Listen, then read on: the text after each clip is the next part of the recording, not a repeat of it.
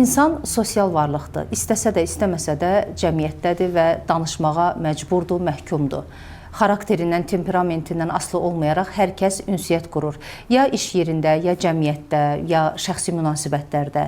Biz hansısa fikir, mülahizə, duyğumuzu qarşı tərəfə çatdırmağa çalışırıq. İstəyirik ki, o bizimlə həmahəng olsun, razılaşsın. Xülasə onu inandıraq. Fərqi yoxdur, biz doğru yanaşmadayıq, yoxsa yanlış. Hər kəs nəyisə isbat eləməyə çalışır.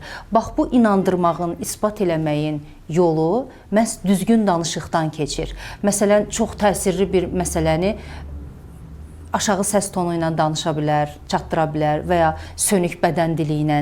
Qarşı tərəf ona inanmayacaq. Danışan tərəf də əsəbləşəcək ki, axı mən bunu yaşayıram, sən niyə məni anlamırsan?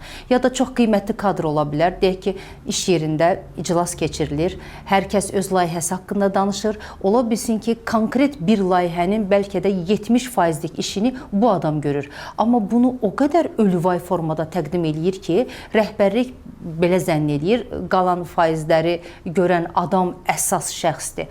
Bu isə qaldı fonda. Fonda qaldığımız üçün bəzən biz çevrəmizdəkiləri günahlandırırıq. Halbuki bizə fürsət verilmişdi. Özümüzü, işimizi təqdim etmək və işimizi satmaq üçün danışmaq imkanı verilmişdi.